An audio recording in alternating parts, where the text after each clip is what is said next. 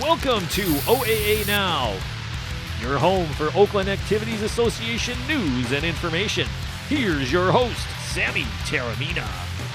Welcome to OAA Now. I'm Sammy Taramina, blogger of the Dragon's Den, blogger of Inside the OAA, and one of the hosts between Taraminas on Orion Neighborhood Television. I'd like to welcome our friends from Oxford Community Television watching us as we speak.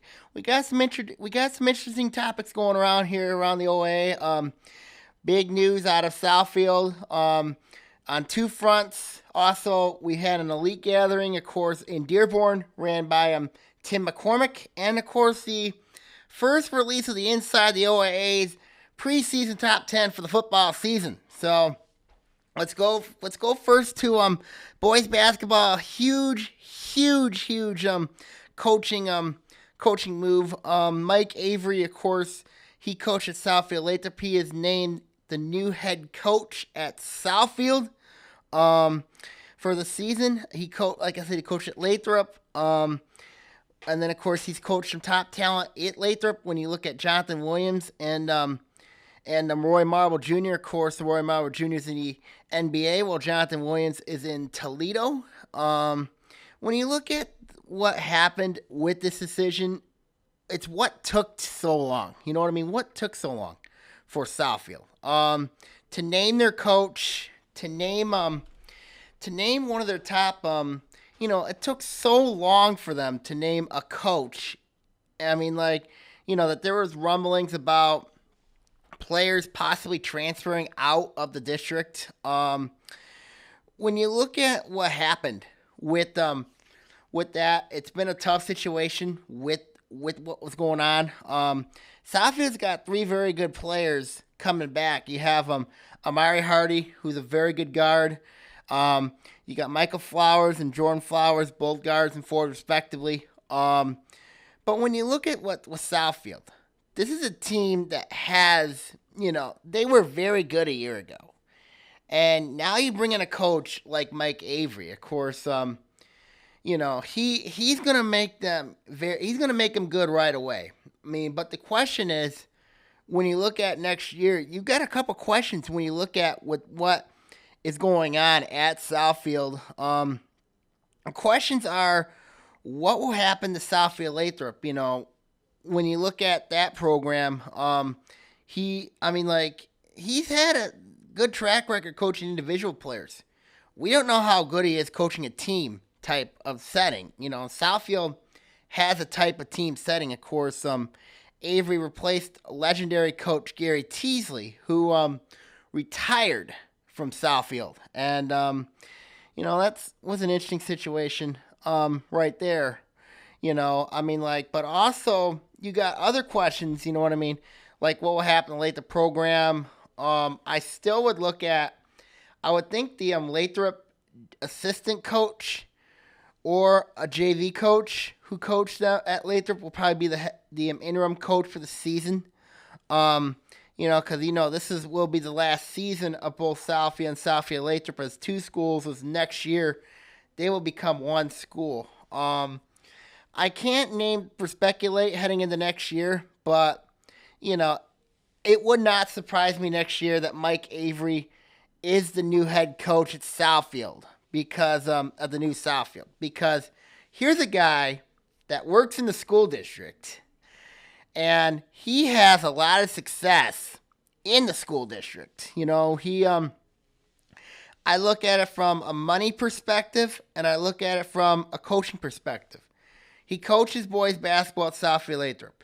He's on the budget payroll in the Southfield School District. So this might have made a lot of sense for Avery to just move from 12 Mile to go to 9 Mile and Losser.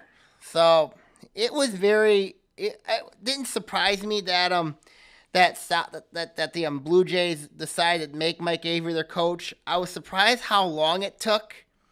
And Avery's coming to a team that was very successful in the summer leagues.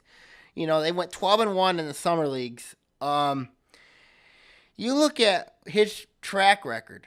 I mean, he's been a very successful basketball player in the past.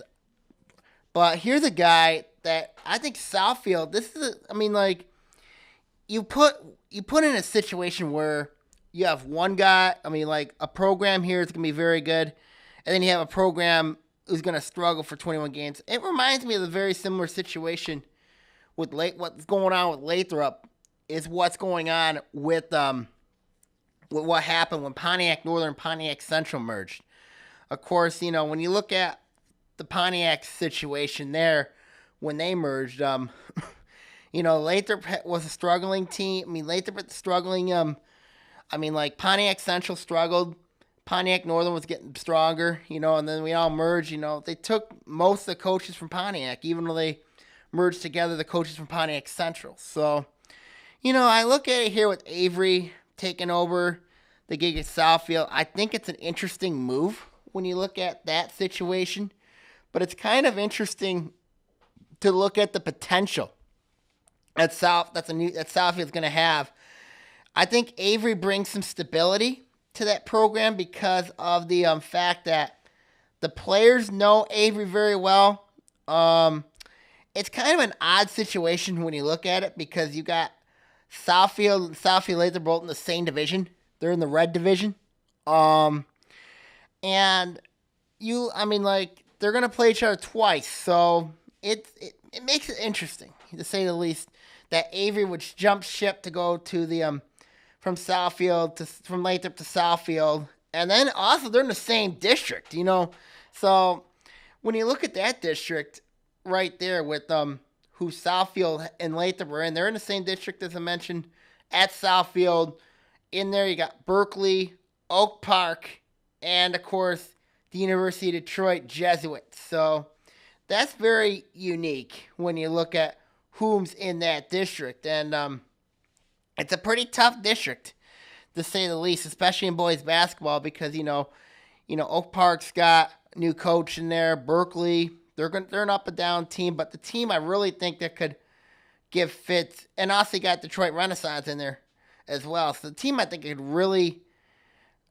team that could really give Southfield a lot of problems is going to be the University of Detroit Jesuit. Of course, they have their top playmaker in Candace Winston coming back, and you have the Nigerian Twins as well on that team. So, what I think this move does with Southfield, do I think this makes them, it does make them a contender for the Red, because when you look at that league, when you look at the league heading into 2015, 2016, you got Clarkston in there. They're very talented. North Farmington, and you got Rochester Adams in there as well. So when you look at those type of teams, I think last year, of course, Southfield struggled with Clarkston. They struggled at times with Adams. They split with Adams. And then of course, you got North Farmington where they lost twice to them. This is a team I think that it would not surprise me with Southfield that they will be a title. I think they will be a title contender in the division this year. But with Mike Avery going from red to blue, it's kind of, I don't know what the people of Lathrop feels about this move, because they're gonna view Avery maybe as like a traitor. But, they're all going to be merging into one school next year. So it's kind of an interesting dynamic, especially in the next year, that it wouldn't surprise me that Mike Avery will be the new head coach at the new Southfield, because he knows both sides. He knows both at Southfield and Southfield Lathrop. He's in the system. He's in the district. I think it's pretty much a foregone conclusion when you look at who would fit to be the new head coach at the new Southfield next year when it comes to boys basketball. Now, what happens to the old staff? That's a question that I can't answer, because that's a decision for Avery to decide who would be their head coach or not. Now, the Southfield question for the basketball team, I think Southfield's going to be very good this year. The question's going to be, how good are they going to be in the next few years? That is the major question when it comes to Southfield, is how are they going to respond, especially heading into not only from year 1 and 2 is fine, but the question's going to be is from years 3, 4, 5, and beyond. Because when you look at that situation, it's about looking at long term. And I don't know how Southfield is going to look long term. And that's a question that I think that Mike Avery's going to have to decide. If he is the new boys basketball coach at the new Southfield High School. But I think it's pretty much a foregone conclusion. Whom will be the new coach at Southfield? I think Mike Avery, it's pretty much a foregone conclusion. You have everything there. Everything's set in stone. And if not, you know what I mean, then you have and if you have to look for another guy to coach, you're going to basically leave Mike Avery in the dark. And, so when I look at this hire, I think this is a long-term hire. I think this is a interesting hire, you know what I mean, to say the least, for the Southfield School District, to bring in a guy like Avery, who's done very well in his past. He's coached some top individual talent, like a Jonathan Williams, who's now at Toledo. Of course, he was one of the best players at Lathrop. But Southfield, of course, very interesting dynamic, of course, especially one Amari Hardy. When you look at him coming into the year, this is a guy with his knowledge and his mindset. This could be a very, very interesting year at Southfield because Avery's going to get the best out of Hardy. And, and that's a very interesting thing. You know what I mean? So, when you look at, and also when you look at Lathrop's future, it's a lot of people say Lathrop's future is pretty bleak. You know what I mean? You look at, in their boys basketball team, they still got some talent. They got about over 1,000 kids still in that school. So there's still some talent there in Lathrop.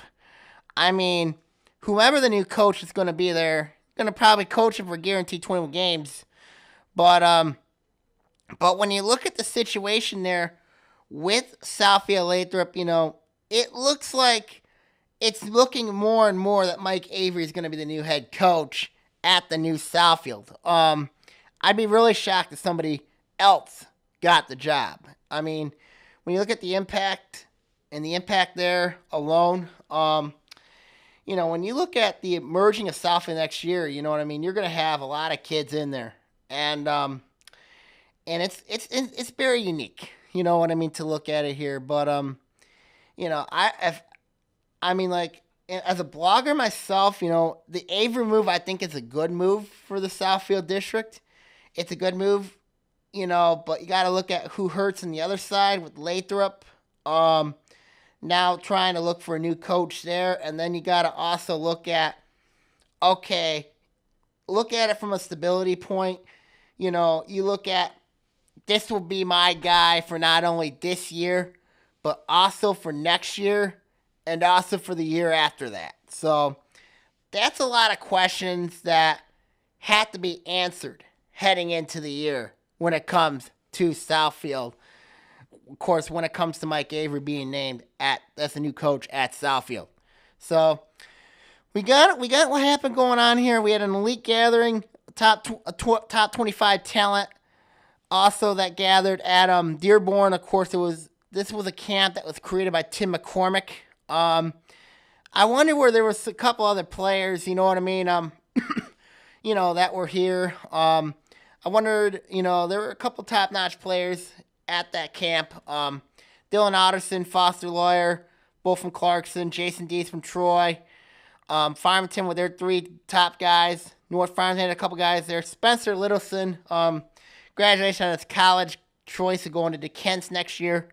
There's been a lot of talent, you know what I mean, that is going to, I went to this camp. Now, are they top 25 material? I don't think so, because, when you look at the, top 25, you can't look at it from that type of perspective of Oakland County.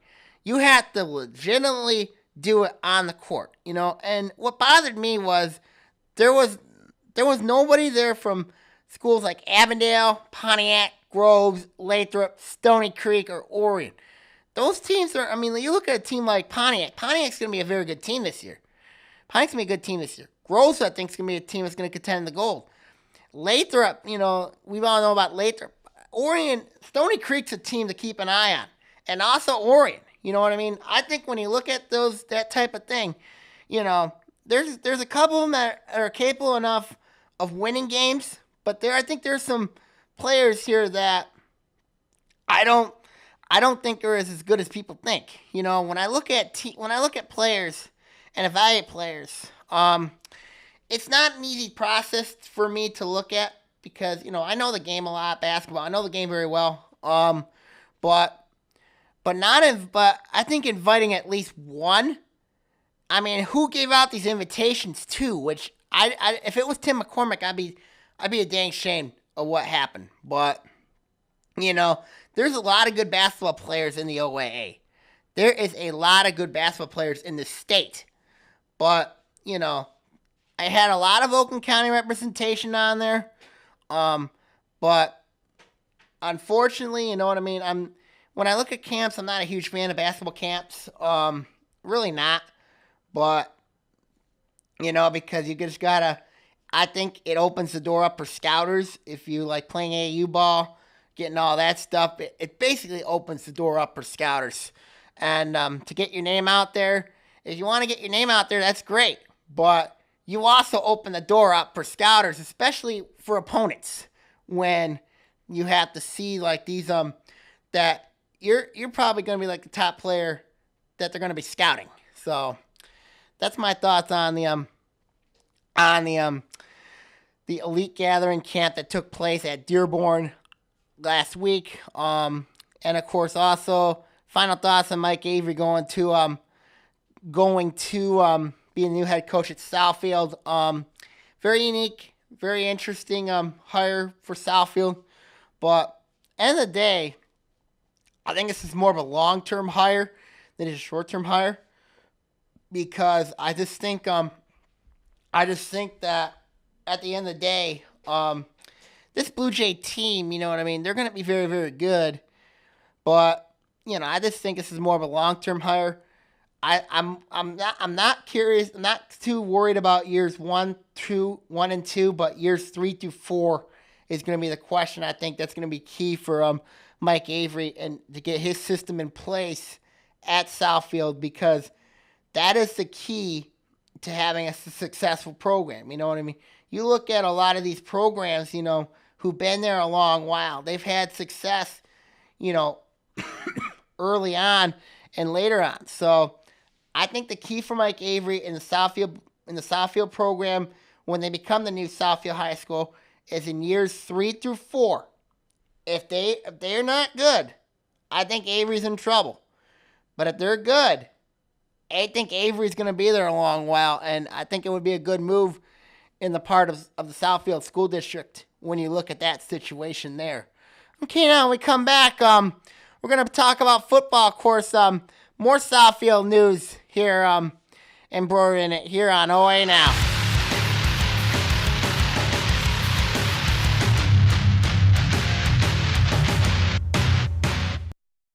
Hello, Lake Orion. It's Anthony Taramina, co-host of Between Taraminas. I want to let you know of a new show called History Now. In it, we're going to talk about global, national, and political events that occur in our lifetime.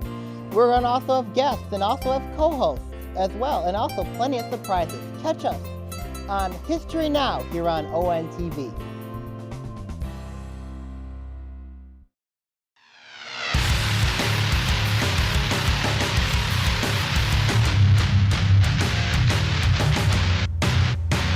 Welcome back to OA Now. I'm Sammy Taramina. We got some interesting. Of course, we know football is coming up on the horizon. Of course, you got spring sports also starting up, starting next week. So it's an interesting time. It's an exciting time, to start fall sports. It's a very exciting time, to say the least. But we got news out of and of course, we got some big news here out of Southfield and also out of Harrison, because two of Harrison's top players have now transferred from Farmington Hills Harrison to Southfield Tyron Light, who's a defensive back and wide receiver, and Brendan Brown, a running back / linebacker, are now gone from Harrison to Southfield. This is an interesting move, to say the least, because when you look at these two players, Light and Brown were huge for Farmington Hills Harrison last season in their quest in the state semifinals before falling to Muskegon Mona Shores. Southfield, of course, they're loaded with talent this year. They are very much loaded with talent.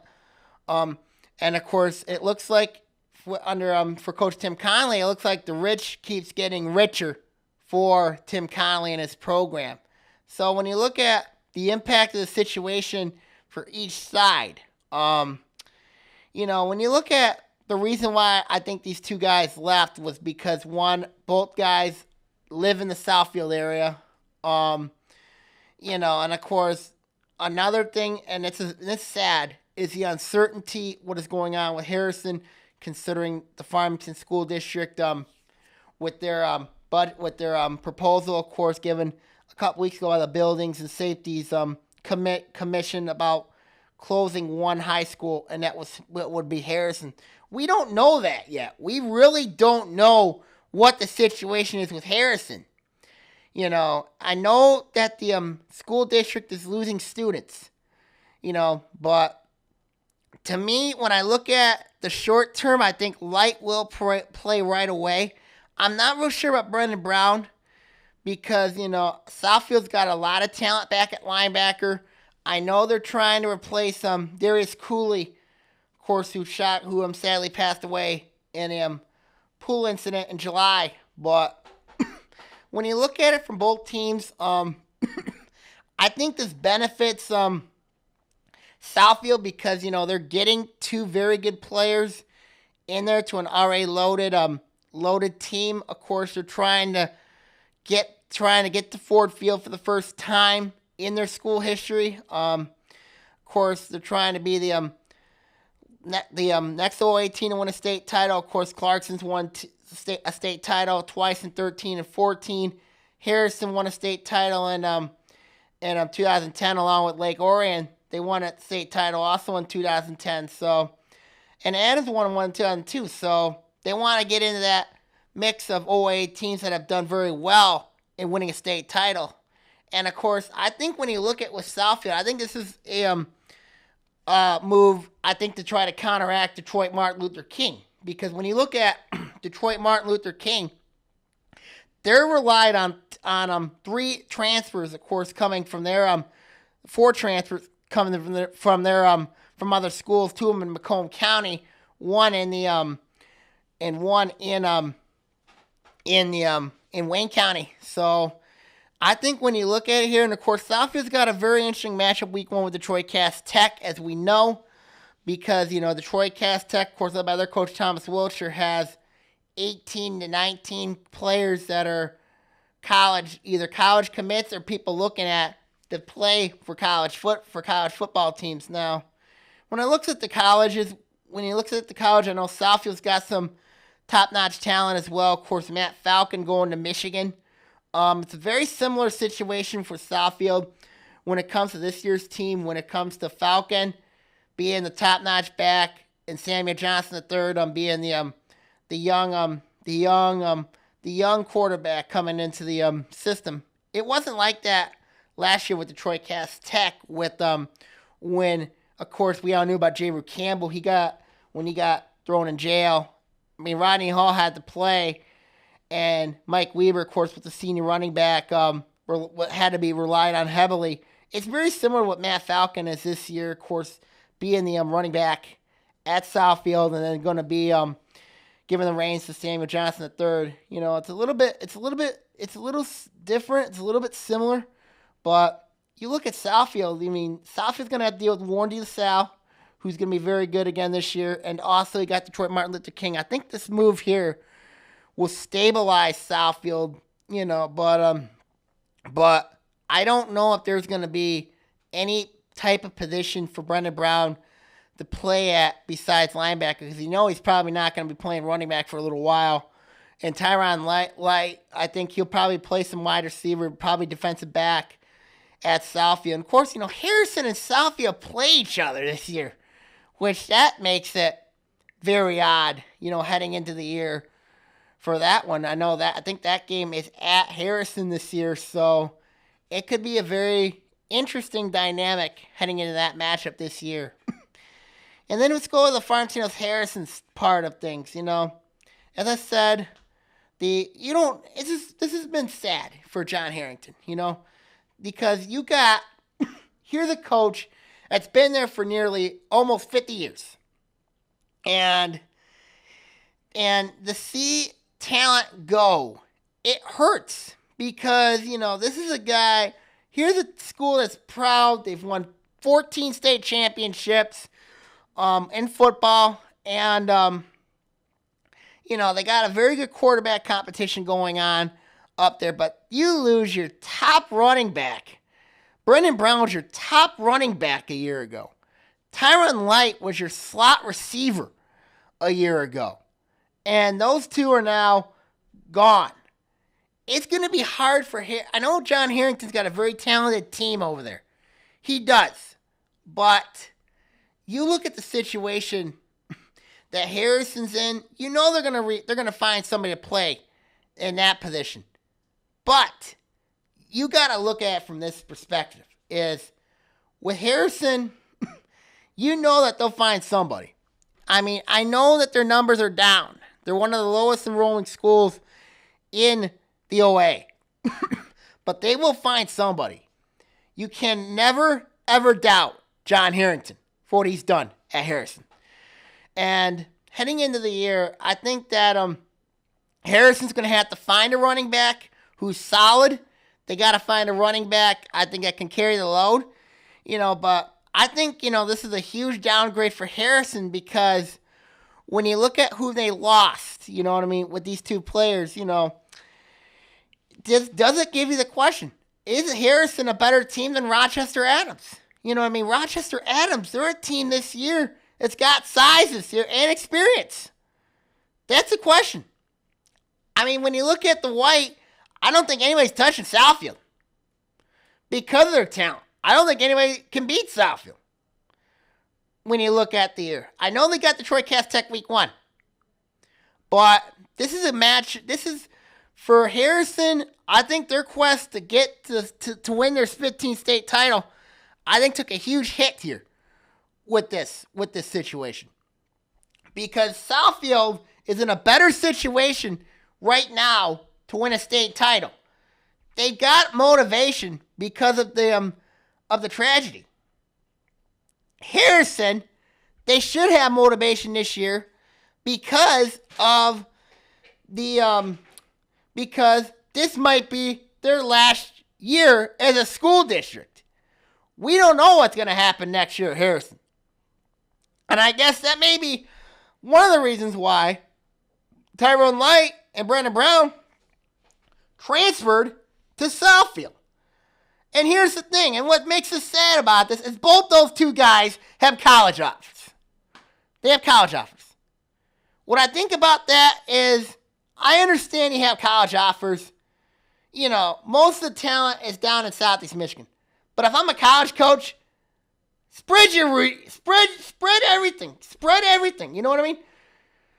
Go from you don't have to be slewed around Detroit. You got the whole entire state of Michigan to look at to get top-notch players. You look at people around Texas. Texas got some top-notch players. Florida's got some top-notch players. Michigan, everything just flews around Detroit. Everything just flews around Detroit. I don't buy that one bit with these colleges. I really don't. But then when you take a look at a team like Southfield, of course, they do get some transfers in there, to play for them. Tim Connolly's a heck of a coach. Very good coach.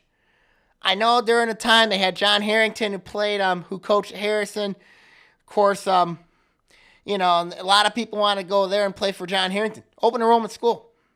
But you look at, I think a team like West Bloomfield, they're a team that develops their players. But back to Harrison and Southfield, I think this is a huge downgrade for Harrison, and this is an upgrade for Southfield. I think, with this move, I think a lot of people look at Southfield as like, okay, this is a state title contending team. Yes, they are. They definitely are. But, when you go into Division II, you're going to have to deal with Detroit Martin Luther King and Warren De La. Of course, Warren De La last year went and just whooped on Southfield a year ago. Harrison, of course, this was a team that came out of nowhere, eliminated Wall Lake Western from the playoffs.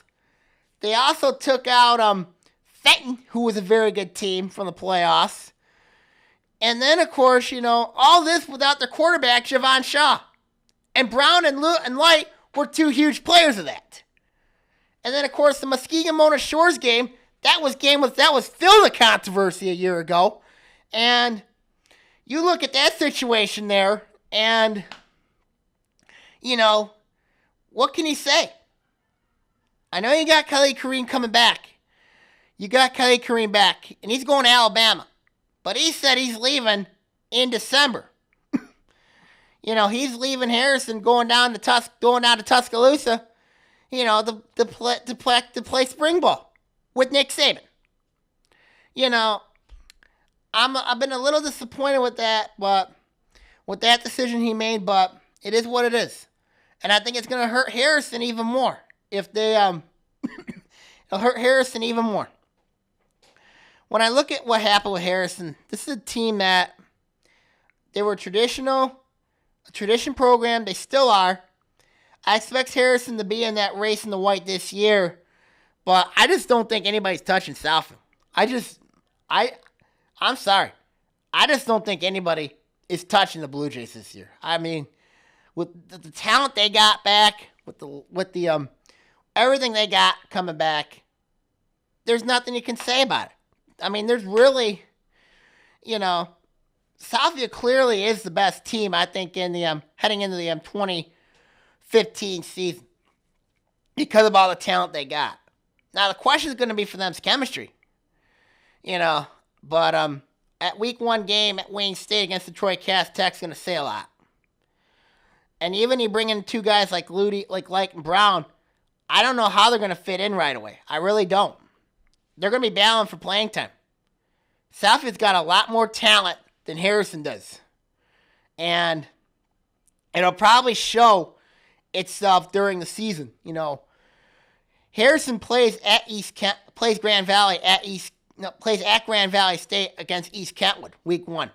It's a good match for Harrison because East Kentwood lost a lot of talent. It's a team that lost to that was just absolutely shellacked by Clarkston. I mean, they were just absolutely shellacked. And they lost a lot of talent from a year ago over at East Kentwood. So that's something we're going to keep an eye on heading into the year.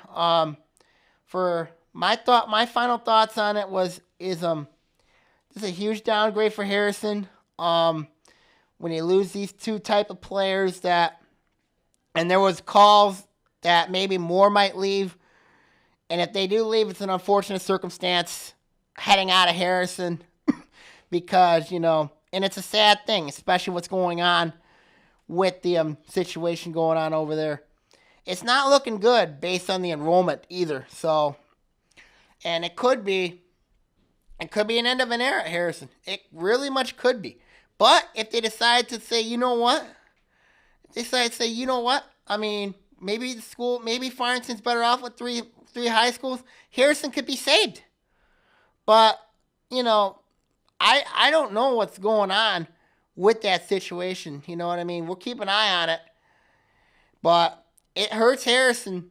And then, of course, you got Southfield here next year. Like I said, they're going to be merging with Lathrop. And Lathrop's got some good talent coming in as well heading into next year. And then you put those two together, and it's going to be a dangerous. Southfield's going to be more dangerous. And you might even look at possibly moving Southfield up from the white to the red next year. That's a scary situation right there for some teams hanging to next year. But that's for next year. So, like I said, final thought, when you look at both teams, Harrison, 2 quarterback competition, They still got to find a running back. They got enough receivers. Their defense is solid. Southfield, they're just solid everywhere. I mean, it's going to be hard to score points against Southfield this year. It's going to be hard to even outscore this Southfield team. But that's for another time when you look at it here. So for Harrison, it's a huge downgrade. Southfield is a huge upgrade when you look at that situation. So when we come back, we're going to talk about the release of the Inside the OAA preseason top 10 for the first week of the 2015 season here on OAA Now.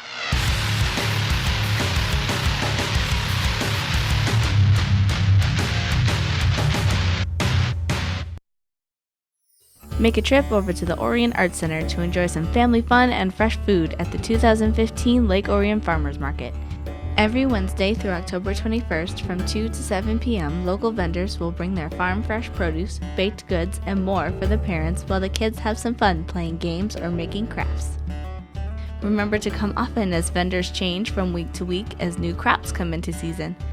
For more information on the Lake Orion Farmers Market or to sign up as a vendor, visit lakeorionfarmersmarket.com.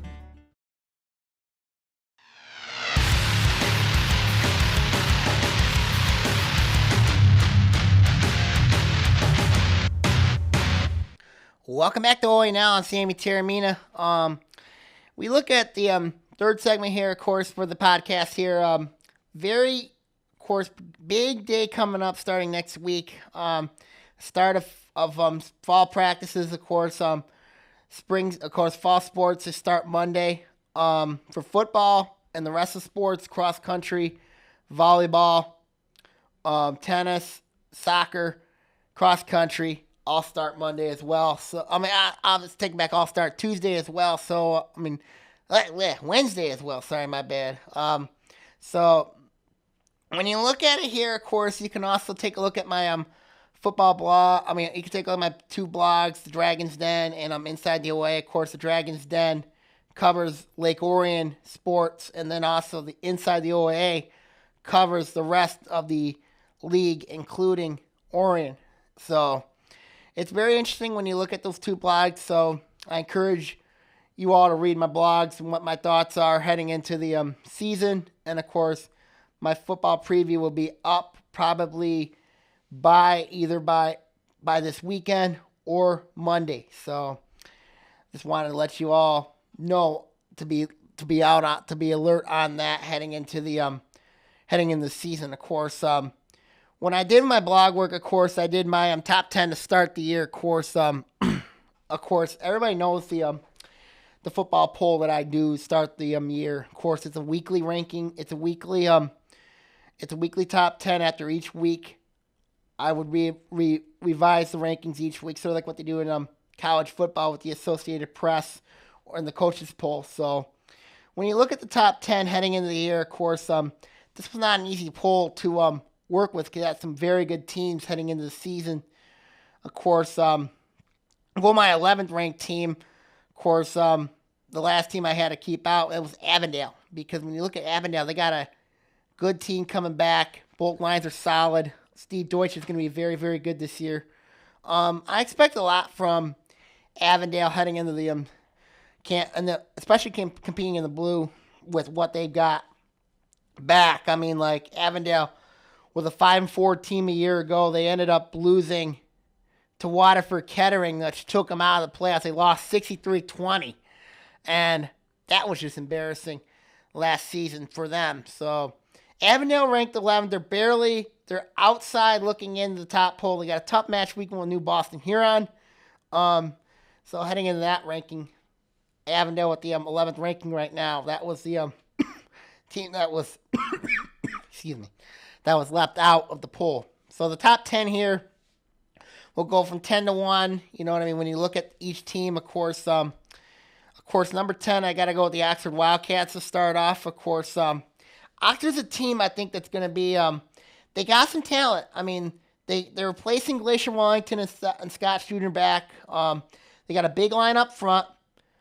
This is a team I think that's going to surprise some people, despite the fact that their schedule is absolutely brutal to start the year. When you look at the schedule Oxford has, they got to go to Romeo, they got to go to Orion, got to go to Clarkson, got to go to Stony Creek, got to go to West Bloomfield, and that's not going to be easy games for them because last year they had all those teams at home a year ago, and then of course you got to go on the road to those 5 teams. That's not going to be easy.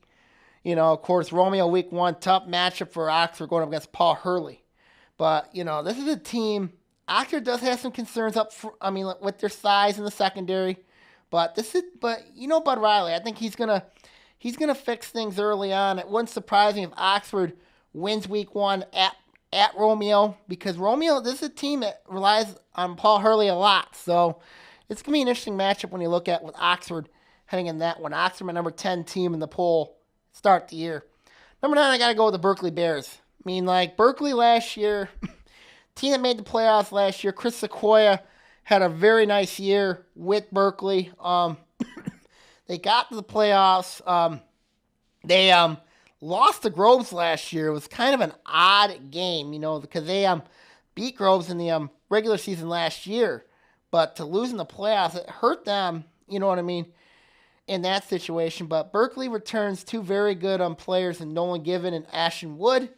Both of them play both ways. So the depth's a question, is a concern for Berkeley. But Berkeley, they beat Avondale the last 2 years. So this is a team I think that could be a very good team. They're going to definitely contend in that blue this year when you look at Berkeley heading into the year. Of course, we'll go more in depth as with these teams next week as well, with some quotes from the coaches with Media Day this week, so forgot to mention that. Number 8, of course, I got the Orion Dragons. This is a team last year went 4-5. Their defense was just a disaster a year ago. If you're a defense that does not pressure, if you can't pressure the ball, you ain't going to win games. And that's what happened with this team. This also, offensively, this team was one-dimensional. And you can't be that. You got to throw the ball. You got to be a team that throws the ball on a consistent basis. And, Orion was a team, they had some quarterback trouble a year ago. They're starting a new quarterback this year. Question for them, I think, is going to be wide receiver strength.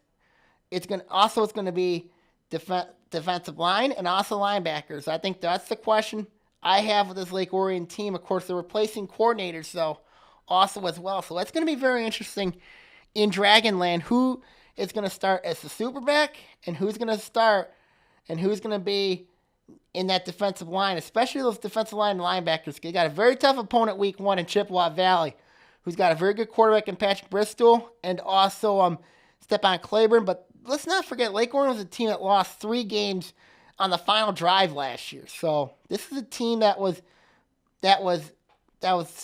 should have been 7-2 last year, but ended up finishing up 4-5, missing the playoffs for the first time since 2000. Lake Orion's got a lot to prove heading into this year. So it's a very interesting dynamic this year at Lake Orion when you look at whom they got back and whom injuries, and also it happens. So we'll see what happens with the Dragons heading into the season. They're ranked number 8 in the inside the OAA poll. Number 7, I got Oak Park. This is a team, I like Oak Park a lot because, they're a well-coached team. This is a team I think that has stability on their program with Greg Carter. They got a good defense.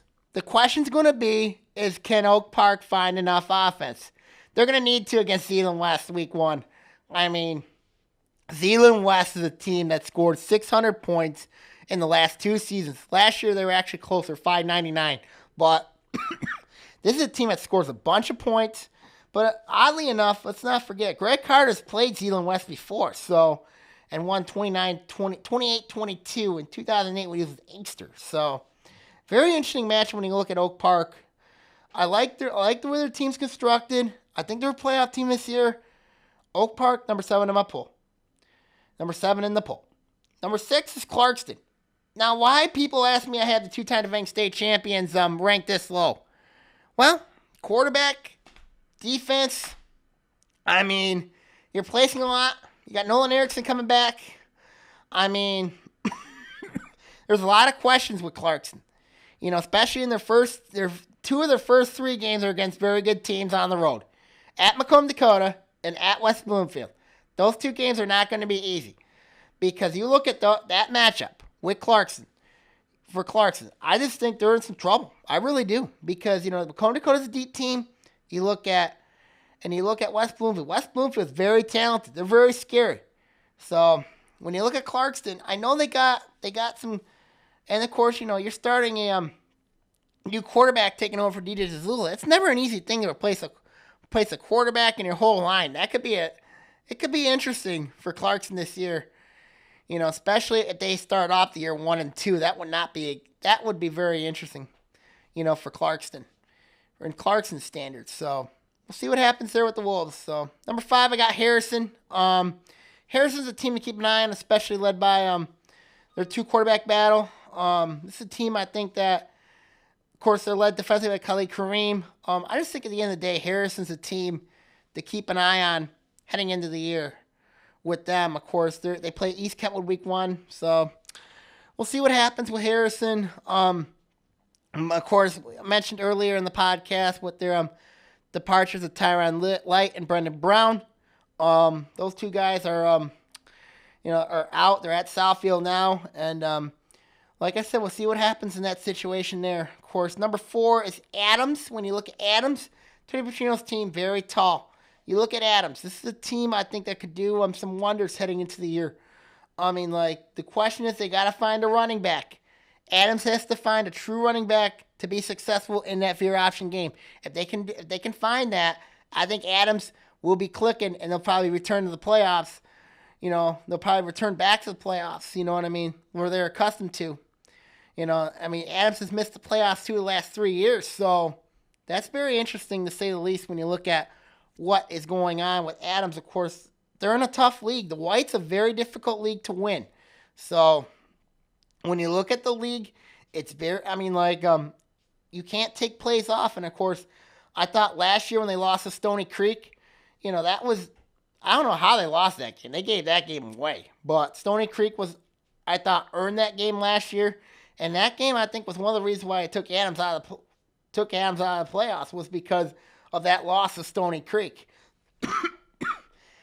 And then number 3 I got is Groves. When you look at Groves this year, this is a team that I'm curious to see this year, especially with the emergence of Cedric Boswell. Of course, he had a big year last year.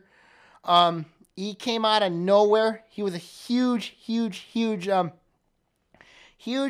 addition for Groves. They still got to find a quarterback, which is going to be a huge concern heading into the season. So when you look at Groves, they got the talent, they got the defense, they got they just got to have that quarterback.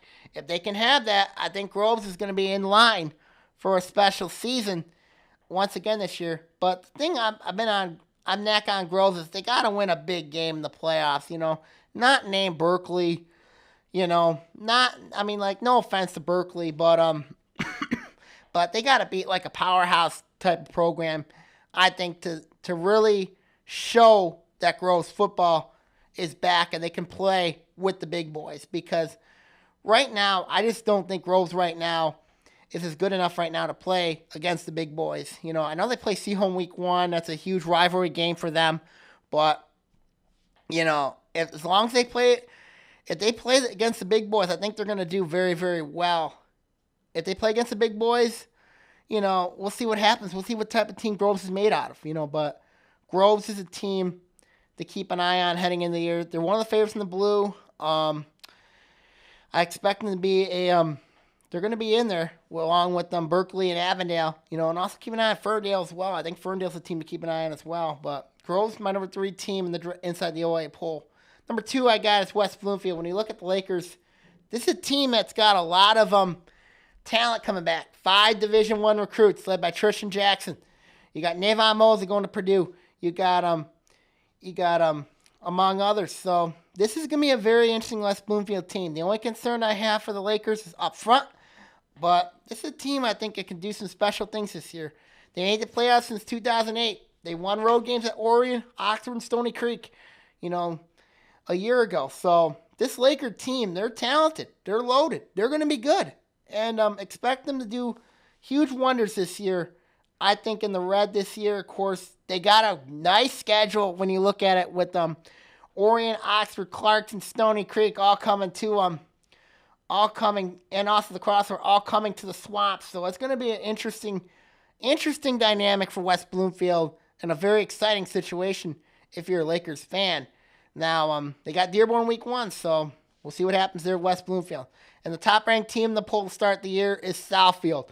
When you look at the Blue Jays, this is a team that is loaded everywhere. They have a quarterback in Samuel Johnson III, running back going to Michigan this next year in Matt Falcon. They have receivers. They have the defense.